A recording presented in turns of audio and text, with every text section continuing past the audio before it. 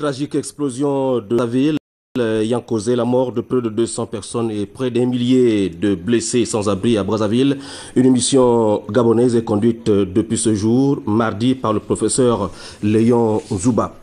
Et puis le plan stratégique Gabon émergent, objet d'une conférence ce matin à l'immeuble Arambo. La communication gouvernementale a réuni ce matin les agents de la haute administration. Deux invités dans ce journal, François Kahn, député à l'élection législative des Français de l'étranger, et Ephrem Yukpo, animateur de couleur tropicale de Radio France Internationale. Madame, Monsieur, bonsoir et merci de nous recevoir ou que vous soyez en ouverture de cette session principale d'information sur Gabon Télévision. Je vous le disais, le Gabon, par la voix du président de la République, chef de l'État, son Excellence Ali Bongo Ondimba, a marqué sa consternation et sa profonde tristesse suite aux tragiques explosions qui ont causé la mort de près de 200 personnes et près d'un millier de blessés sans abri à Brazzaville. Au regard de la profonde solidarité entre nos deux pays, les forces armées gabonaises, à travers le département de la santé militaire, participera aux opérations d'assistance médicale aux sinistrés du Congo.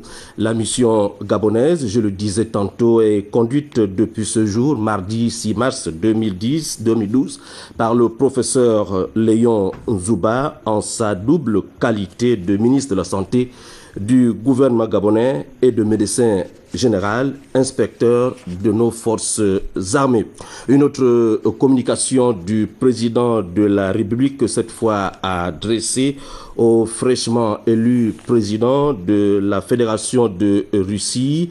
C'est avec une réelle attention que j'ai suivi le déroulement du processus électoral dans votre pays, dont l'aboutissement a été marqué par votre élection à la présidence de la Fédération de Russie. En cette heureuse circonstances, il me plaît de vous adresser mes plus vives et chaleureuses félicitations ainsi que celles du peuple et du gouvernement gabonais. Cette victoire acquise avec succès est l'illustration de la volonté du peuple ami de Russie qui fonde désormais ses attentes dans la mise en œuvre de votre projet économique et social et sur la poursuite des nombreuses réformes que vous avez engagées pour le bien-être et la prospérité de votre grande nation. Aussi, voudrais-je saisir cette occasion pour saluer l'excellence des relations d'amitié et de coopération qui unissent si heureusement nos deux pays et vous réitérer ma disponibilité à œuvrer de concert avec vous pour leur enrichissement et diversification. En vous renouvelant mes sincères félicitations, veuillez agréer, Monsieur le Président, l'assurance de ma haute considération signée Ali Bongo Ondimba, président de la République gabonaise, chef de l'État. Sur un tout autre plan, je vous le disais, le plan stratégique Gabon émergent, objet d'une conférence ce matin à l'immeuble Arambo. La communication du gouvernement a réuni les agents de la haute administration gabonaise. Serge Nzengi Mabila. Comprendre, élaborer et mettre en pratique le plan stratégique Gabon émergent, voilà tout le sens donné à cette rencontre organisée par le secrétariat général et qui a pour cible les agents de la haute administration. Tout au long de son exposé, le conférencier Victor Ndiaye a relayé toute la vision du chef de l'État, Ali Bongo Ondimba. Aujourd'hui, le chef de l'État a proposé à la nation cette vision forte du Gabon émergent. La bataille aujourd'hui est de la partager progressivement et d'en faire une vision, je dirais, qui descende à tous les niveaux, que tous les Gabonais s'approprient et qui permettra demain d'insuffler aux uns et aux autres l'énergie nécessaire pour que chacun joue à son niveau sa part de l'émergence. Cette communication a également décliné la stratégie au niveau opérationnel le plus fin. Bonne gouvernance, réforme et modernisation de l'État, finances publiques, développement des infrastructures. Les 7 clés du changement passent par 22 missions et 132 programmes. Le changement est un processus. Ce n'est pas parce que beaucoup de choses ont changé que le travail est fini. Il reste beaucoup à faire. L'ambition et le cap, ce n'est pas aujourd'hui ou demain, c'est en une génération de changer l'avenir du Gabon et d'en faire un pays émergent. Et c'est ce processus qui est en cours. Avec un contenu et une trajectoire bien définie, la mise en œuvre de ce plan de travail nécessite la participation de tous. Le programme stratégique Gabon émergent correspond aujourd'hui aux attentes un peu de la population gabonaise. Pour cela, bien entendu, il y a des préalables. Ces préalables, c'est une bonne gouvernance, c'est une bonne programmation des infrastructures et puis le développement du capital humain. Le gouvernement va s'arrimer avec la vision du chef de l'État, donc de développer le plan stratégique Gabon émergent. Vous savez que la structure même des ministères a été composée sur cette base et nous qui sommes les exécutants au niveau de l'administration centrale, nous allons tout mettre en œuvre justement pour que le Gabon atteigne cet objectif de pays émergent pour l'ORE 2025. Le programme de travail du gouvernement qui doit se faire à partir des séances qui sont déjà tenues doit être mis en œuvre assez rapidement par les dirigeants de toutes les administrations, en commençant par les secrétaires généraux, ensuite les directeurs généraux. Avec un plan sectoriel, des fiches de mission, un canevas portefeuille programme d'action, le cap est fixé. La nouvelle structure gouvernementale devra, comme un surfeur, tout simplement suivre la vague. Étienne Ngoubou, le nouveau ministre du pétrole, vient de rencontrer le personnel et les responsables de Perenco Gabon et un préavis de grève déposé, il vous souvient, a amené donc le membre du gouvernement à ouvrir des négociations soldées par la levée du préavis et l'engagement des pétroliers gabonais.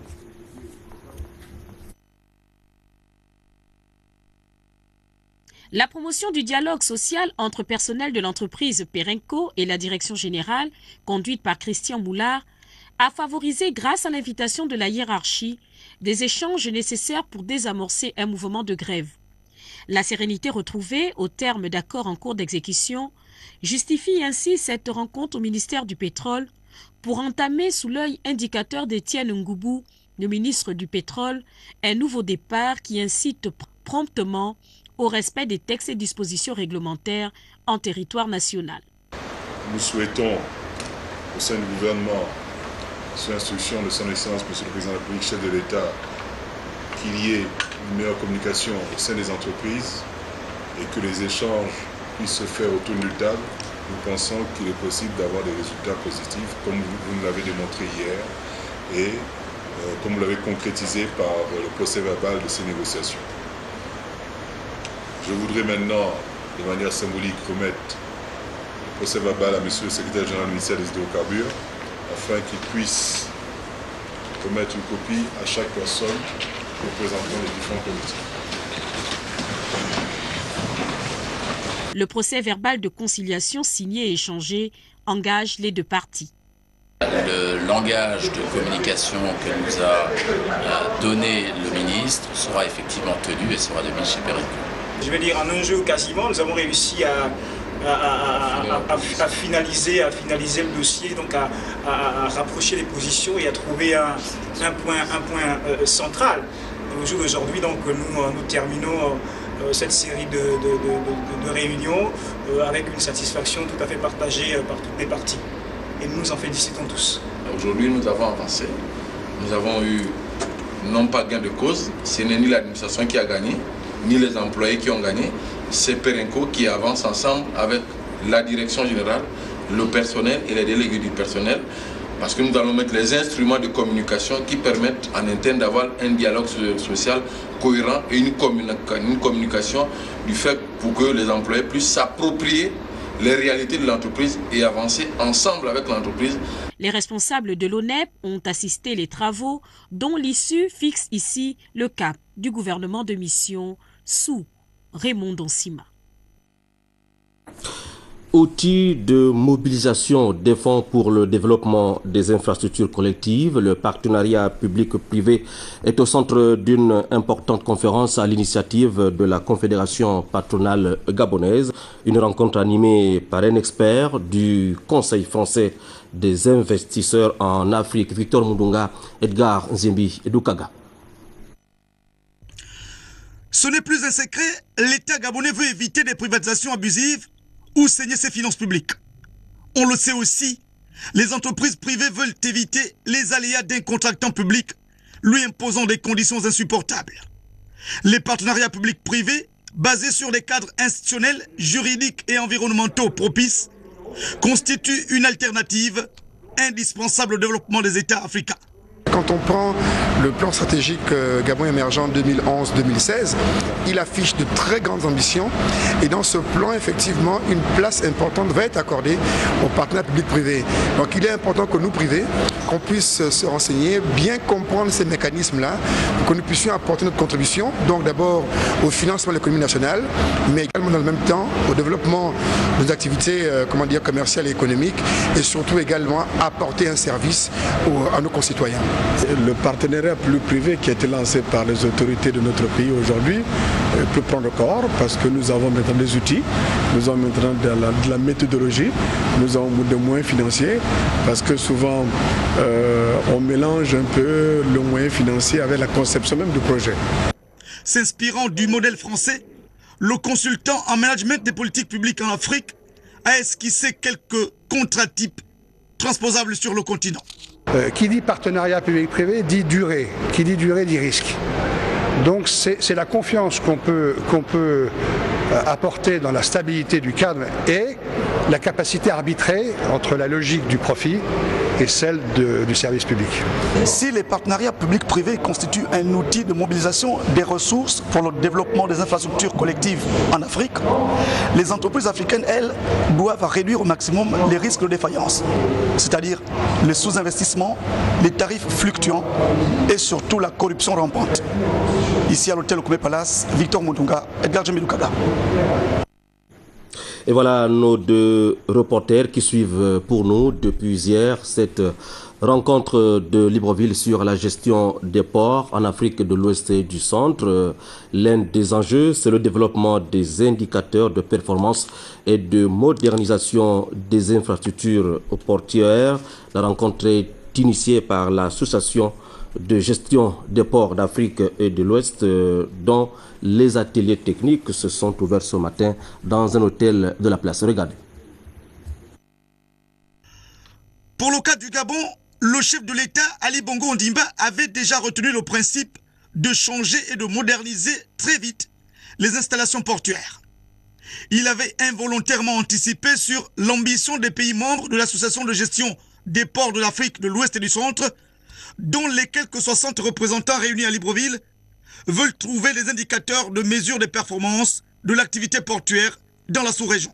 Avec l'évolution des navires, avec l'évolution du commerce international, les ports doivent suivre, n'est-ce pas, cette évolution-là. Il faut qu'il y ait une adéquation entre l'évolution des navires et l'évolution des ports.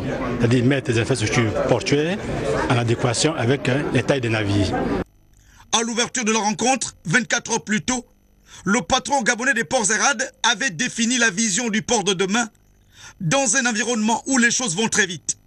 Nombre de nos pays ont résolument opté pour relever les défis qui se posent à nous. Ce qui nous conduit à une révision des stratégies de développement portuaire et des infrastructures. Dans un monde où la vitesse d'exécution des ordres d'achat de produits matériels et immatériels est un gage de survie, il importe en conséquence que nos ports évoluent en tenant compte des réalités du moment.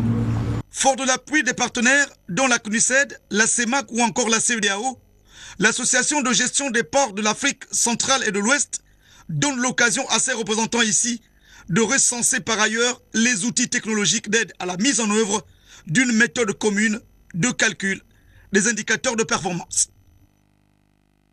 Sur un tout autre plan, 4 candidats se lancent depuis quelques mois dans la bataille pour siéger au Palais Bourbon en vue de représenter les Français ayant décidé de vivre hors de l'Hexagone, notamment dans la 10e circonscription des Français de l'étranger, une circonscription qui regroupe 40 pays. Alors, parmi les candidats, François Kahn, qui a une formation de pharmacien, il est investi par les partis du centre. François Kahn, notre premier invité. Monsieur Kahn, bonsoir. Bonsoir, monsieur Simon Goy. Voilà, vous êtes candidat donc à cette élection législatives des Français de l'étranger.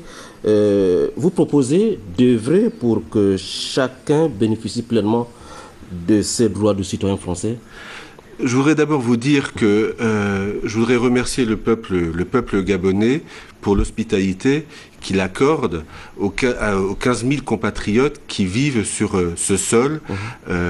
Et c'est extrêmement important, je crois, de souligner qu'il y a un lien séculaire entre la France et le Gabon et que ce lien est pérenne. Et c'est aussi une des raisons pour lesquelles je suis là.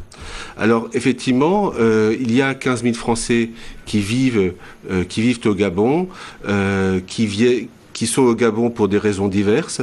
Il y a des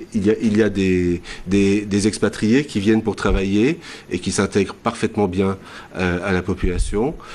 Ces personnes ont des préoccupations. Je viens pour les écouter, pour entendre leurs préoccupations et de façon à pouvoir relayer tous les problèmes qui sont à même de pouvoir avoir au quotidien ici, pour les relayer à l'Assemblée nationale, à Paris, pour être leur porte-parole et leur porte-voix. Alors concrètement, une fois élu, que comptez-vous engager immédiatement en termes d'actions concrètes en faveur de ces Français de l'étranger? Alors je vais prendre un exemple. Alors d'abord, il faut savoir qu'il y a une telle diversité de Français dans cette circonscription que les problèmes sont très divers. Mais on va parler d'un sujet, le sujet des Français binationaux. La binationalité est un droit. Alors c'est quoi la binationalité? C'est le droit qu'a tout Français d'avoir une autre nationalité que la nationalité française. Et il y a beaucoup de franco-gabonais. Or, il y a une frange importante, non négligeable de l'UMP, le parti actuellement au pouvoir. Cette frange s'appelle d'ailleurs la droite populaire, qui a essayé à de nombreuses reprises de déchoir les Français binationaux qui vivent à l'étranger de leur nationalité française. Et pour moi, le principe est simple. Un Français est un Français, quel qu'il soit, quelle que soit son origine, quelle que soit sa culture, quel que soit son régime fiscal. Et donc, je m'engage, pour répondre à votre question, dès que je serai député, à faire une proposition de loi qui empêchera de manière inaliénable la possibilité de déchoir les Français binationaux de leur nationalité française. Alors votre présence à Libreville lance votre campagne en terre gabonaise? Alors, elle lance ma campagne gabonaise. Je dois vous dire que je suis en campagne depuis le mois de décembre parce que la circonscription est extrêmement vaste. Donc j'ai déjà visité une dizaine de pays et je continue. Et je serai sur le terrain jusqu'au 3 juin prochain. Il faut savoir que ce terrain ne m'est pas étranger parce que ça fait 20 ans que je sillonne l'Afrique et le Moyen-Orient, parce que de mon activité professionnelle que j'ai réalisée jusqu'à présent, j'ai passé 20 ans à équiper des centres médicaux, des hôpitaux, des dispensaires en Afrique, et j'ai passé au moins 10 ans de ma vie en fait en Afrique, et je dois pouvoir vous dire, sans être présomptueux, que je me sens ici, chez moi. Alors, quelle sera votre activité principale à Libreville, dès demain, après-demain? Alors, je vais rencontrer évidemment les autorités consulaires, mais aussi les autorités, celles qui gèrent la scolarité des Français. Je vais également rencontrer les militaires français, communauté militaire très importante ici. Je tiens également à signaler que je viens de nommer mon suppléant. Il s'agit d'un ancien militaire qui, après 15 ans de Légion étrangère, a eu d'ailleurs sa nationalité française au mérite et a eu un tel amour pour l'Afrique qu'il a décidé de s'y installer, et ça depuis 15 ans. Il vit entre Djibouti et le Malawi. Il s'appelle Ali Liaquat. Monsieur Khan, peut-être un dernier message à l'endroit de vos électeurs qui vous regardent ce soir. Alors, je voudrais leur dire que je ne suis pas un candidat du sérail. Je viens de la vie civile. Je ne suis pas un politicien. Et je suis à l'écoute de tous les Français qui vivent à l'étranger. Je veux montrer ma proximité avec eux pour bien les comprendre et bien pouvoir relayer leurs préoccupations à l'Assemblée nationale dès le 17 juin. Monsieur François Khan, merci. Et Gabon Télévision vous souhaite bonne chance. Et merci de votre accueil. Restez avec nous pour suivre l'actualité avec ces enseignants du Gabon qui renforcent leurs capacités dans le cadre de la modernisation du système éducatif en ce qui concerne bien sûr l'approbation du système LMD. C'est un reportage de Yves Oyuno. Cette rencontre s'inscrit dans le processus de la mise en place du LMD à l'école normale supérieure. École engagée depuis 1993 dans la semestrialisation et le système modulaire des enseignements. Autour du directeur général de l'ENS, Dieudonné Meyomen Kogé, les professeurs Ropivia et Roger Ondor sont venus édifier ces enseignants sur les nouvelles méthodes de la modernisation du LMD. Il s'agit de voir comment enseigner et évaluer autrement en proposant des parcours actualisés. Depuis 2 ans, l'école normale supérieure élabore des projets de plan de formation dans les différentes unités d'enseignement et des départements.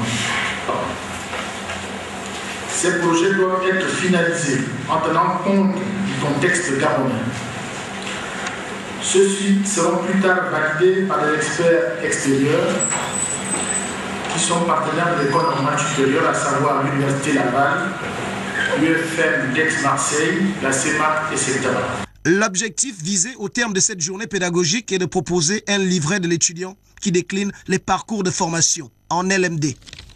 Donc c'est un enjeu important qui permettra à nos apprenants de se mettre en contexte sur le terrain. Au début, il y a eu des tâtonnements. C'est tout à fait normal parce qu'on va vers un système d'unification des diplômes et de reconnaissance des parchemins délivrés par les universités. C'est un système qui tend à uniformiser les systèmes éducatifs et harmoniser la notion de diplôme avec une durée qui correspond, par exemple, à la formation des masters à 4 ans partout et 5 ans pour les master 2. S'inscrivant dans la logique des conférenciers, les enseignants ont mis en place un nouveau plan de travail, fait de propositions de parcours intégrant et pour tous les départements, les unités d'enseignement, les masses horaires, les volumes de travaux théoriques, pratiques et individuels de l'étudiant. Le mouvement gabonais pour le bien-être familial en séance de travail, un seul centre d'intérêt, l'examen du manuel de gestion des ressources humaines au sein de cette structure. Jean-Augustin Zengi, Joseph Biogi. La réunion du comité exécutif du mouvement gabonais pour le bien-être familial avait pour ordre du jour principal l'examen et l'adoption du manuel de gestion des ressources humaines afin de s'arrimer aux recommandations de l'IPPF. Nous nous sommes retrouvés pour pouvoir valider le manuel de gestion des ressources humaines. À la différence d'une association, nous sommes une ONG. Et qui dit ONG, nous sommes une organisation non gouvernementale qui a à son sein un personnel salarié. Et donc, pour gérer ce personnel, nous avons besoin de mettre en place des textes qui permettent de réguler les rapports entre les différents personnels, d'établir un organigramme qui permet de déterminer les responsabilités des uns et des autres afin que nous puissions gérer notre mouvement selon les normes de notre principal bailleur qui est la Fédération internationale pour la planification familiale. Il est également question pour nous de pouvoir vérifier également avec le personnel que nous employons les recommandations de l'Assemblée générale tenue le 3 et 4 février dernier. Pendant leur mandat de 3 ans, le bureau exécutif compte s'investir sur plusieurs actions, entre autres la mise en place d'un réseau de journalistes spécialistes des questions de planification familiale et de lutte contre le VIH-Sida.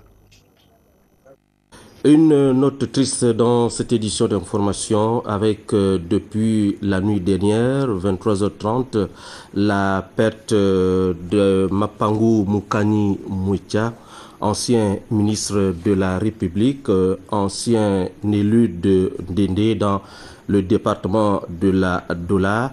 Il a pleinement participé à l'évolution politique de notre pays dans les années 90, au plus fort de la conférence nationale, avec son parti politique, la PSG, qui est entré dans le gouvernement d'union nationale parce que la situation était extrêmement tendue. Mapangu Mouitia est né à Ndendé le 5 mai 1942. ancien chef du personnel à la SNAT, puis directeur général à la Société d'énergie et d'eau du Gabon de 1978 à 1990. Je le disais, il a participé pleinement à la conférence nationale de 1990, à la suite de laquelle il crée donc l'association pour le socialisme au Gabon, dont il est élu président. Il est élu député de Dendé en 1990 avant d'être nommé ministre en novembre 1990, puis ministre des PME et PMI et des Affaires sociales jusqu'en novembre 1994. Il a également participé aux accords de Paris.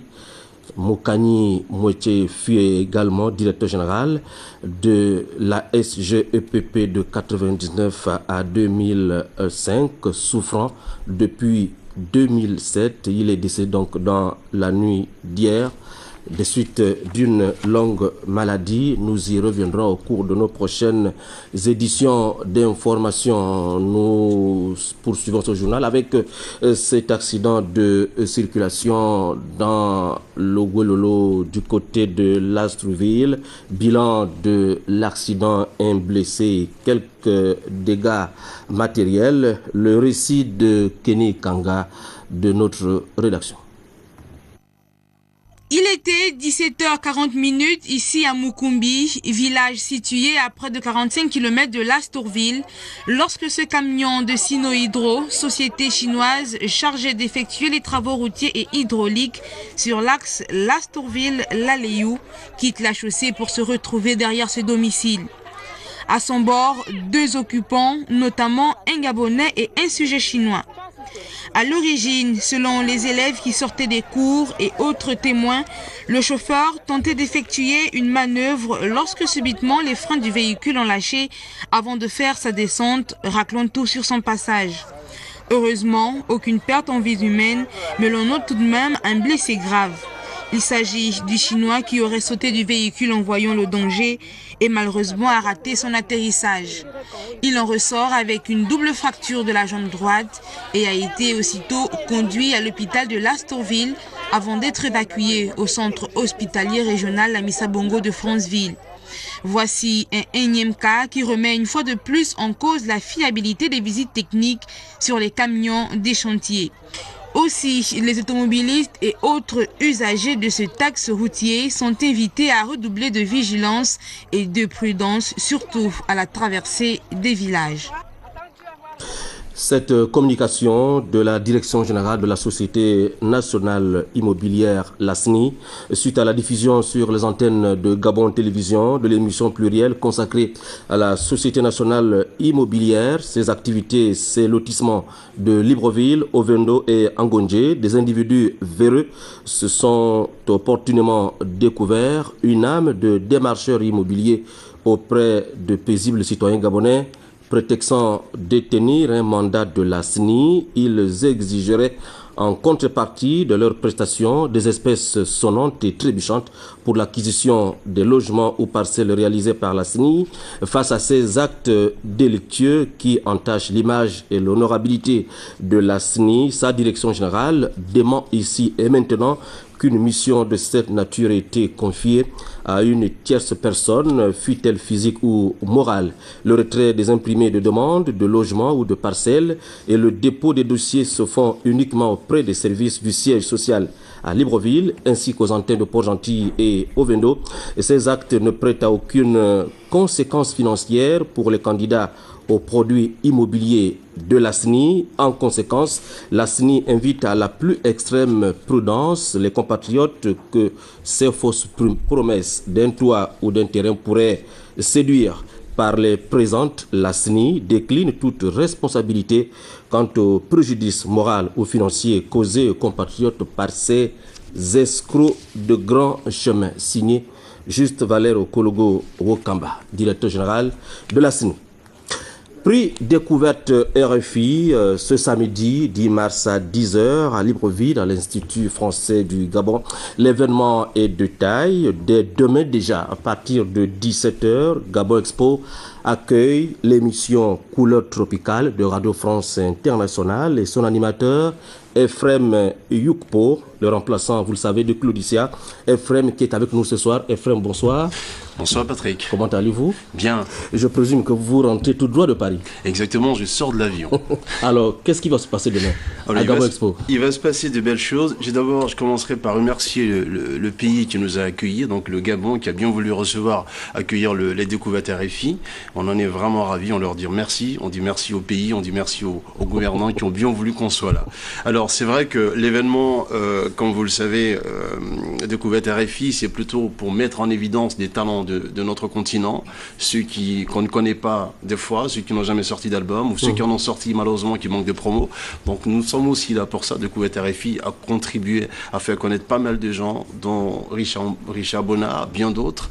Donc c'est vrai que le samedi, on aura l'apothéose, mais bien avant le samedi, comme vous l'avez noté, nous avons le mercredi 7 mars, donc demain, à partir des 17h, nous commencerons le show avec celui que j'ai bien envie, et je vais avec beaucoup d'honneur et de respect, l'appeler le Papa National. On commencera par Pierre Claver Akedingue, qui sera lui soutenu d'une armée de jeunes talents, d'une nouvelle génération, qui va épauler. Donc on aura Nanette, on aura Hermie, Baponga et bien d'autres. Et le jour qui viendra, donc le jeudi 8 mars, on sera avec la Mama, Patience Davani, c'est évident. Donc on sera avec elle, qui sera aussi avec une armée de nouveaux talents. On aura Ariel T, DBS et Kipral. Alors, peut-être un petit mot sur Couleur Tropicale. Alors, Couleur Tropicale, c'est un concept qui est aujourd'hui devenu une émission emblématique de la chaîne, qui a été créée par Claudicia, vous le savez. Donc, 16 ans de travail, 16 ans d'efforts. Et l'émission, après son départ, c'est pas un départ définitif, c'est plutôt pour l'instant, c'est juste un petit moment de récréation qu'il s'est permis. Et moi, je me permets de suivre un peu de reprendre un peu la clé et garder un peu la maison en attendant qu'ils reviennent. Donc c'est toujours la même ambiance, le show, la musique, les musiques afro. Donc c'est là où nous donnons réellement le pouvoir aux musiques afro. Je dirais c'est même la seule émission qui existe aujourd'hui sur la bande FM dans l'Hexagone qui donne autant de pouvoir aux musiques afro. Donc nous sommes encore là pour faire le show, et je demande à tous ceux qui aiment bien la musique africaine, les musiques africaines, de venir avec nous, car nous allons faire le show avec Pierre Akedingue et Patience Davani et toute cette armée de nouvelles générations. Dès demain 17h, nous serons à Gabon Expo. Alors Ephraim, qui doit participer à l'émission Couleur Tropicale? Alors tout le monde est invité à participer à l'émission. On attend un public, comme ça se fait habituellement, parce que Couleur Tropicale est déjà passé ici à Libreville, donc je sais que vous savez comment ça fonctionne, la tradition est toujours là, elle n'a pas changé, c'est toujours la même ambiance. Donc nous, on va donner ce qu'on peut en énergie, et on attend aussi de recevoir leur énergie, parce que c'est grâce à eux qu'on est là. C'est grâce à eux qu'on fait l'émission, c'est aussi pour eux qu'on fait l'émission. Donc ce serait bien qu'ils nous donnent encore plus d'énergie, qu'ils soient là, et qu'ensemble on essaie de célébrer, et qu'on célèbre encore comme on sait le faire, les musiques afro, et surtout mettre en évidence la musique gabonaise avec les artistes du Gabon. C'est aussi l'objectif aussi d'être ici aussi à Libreville. Alors peut-être un dernier mot à l'endroit de vos fans. Alors je demanderais, ce que je peux dire déjà, c'est de dire à tous ceux qui sont gabonais, librevillois, qui sont même loin des Librevilles, qui sont à Port-Gentil, un peu partout, de nous rejoindre ici à Gabon Expo demain. On sera là, donc avec toute cette pléiade de stars de votre pays. Ce sera donc le jeudi, le mercredi 7 mars et le jeudi 8 mars. Et l'apothéose sera le grand concert avec Seattle No, qui est lauréate du prix Découverte RFI 2011, qui sera là et qui sera soutenu bien sûr par la maman, Patience Damani, et sa locomotive. Alors, je demande à tous d'être là, afin qu'on puisse faire cette fête et célébrer comme il se doit les musiques afro, comme vous l'entendez d'ailleurs à la radio habituellement. Et c'est un plaisir pour moi d'être là. Et comme je le dis, Couleur Tropicale, c'est ça ou rien. Donc, je vous attends, moi, en tout cas. Merci. Voilà. Je voulais juste noter que l'émission a été préparée aussi en collaboration avec le correspondant d'RFI, Erickson, qui travaille énormément sur cette émission, avec toute l'équipe de Couleur Tropicale et aussi, bien sûr, le soutien de toute l'équipe de communication de RFI qui est avec nous, qui est avec moi, qui nous donne vraiment le pouls et l'énergie pour qu'on soit en forme.